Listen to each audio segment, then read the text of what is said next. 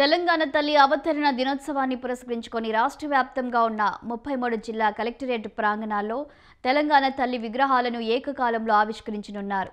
ఈ మేరకు Telangana rising global summit వేదికగా ఉదయం 10 గంటలకు హైదరాబాద్ జిల్లా కలెక్టరేట్లోని తెలంగాణ తల్లి విగ్రహాన్ని సీఎం రేవంత్ రెడ్డి వర్చువల్గా ప్రారంభించనున్నారు.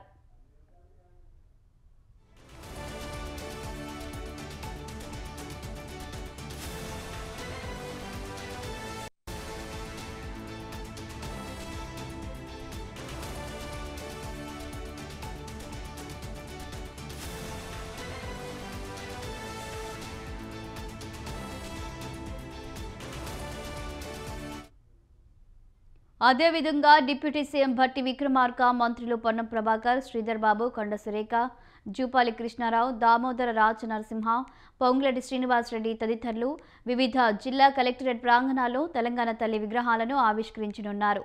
కాగా తెలంగాణ తల్లి విగ్రహం 12 అడుగుల ఎత్తు కలిగిన ఏకశిల విగ్రహంగా రూపొందించారు.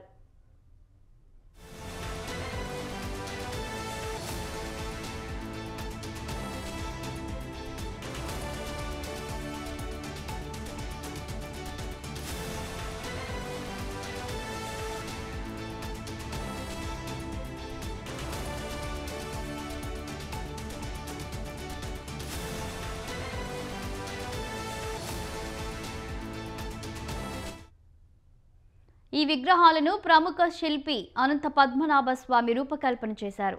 రాష్ట్ర ప్రభుత్వం కలెక్టరేట్లలో విగ్రహాల ప్రతిష్టాపనకు ప్రత్యేకంగా 75 కోట్ల నిధులను కేటాయించింది.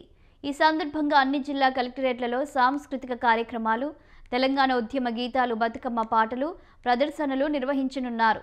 అనంతరం తెలంగాణలో ఉద్యమంలో పాల్గొన్న ఉద్యమకారులను సన్మానించనున్నారు.